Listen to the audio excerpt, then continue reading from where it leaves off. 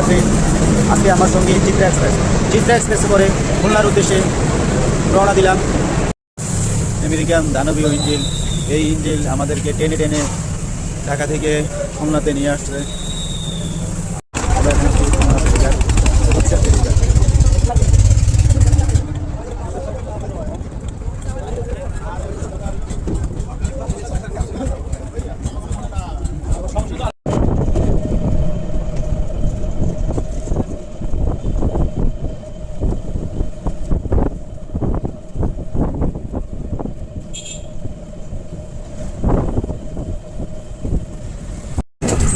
রবীন্দ্রনাথ ঠাকুরের শ্বশুর বাড়িতে যাচ্ছি ব্যাংকারিতে পারে।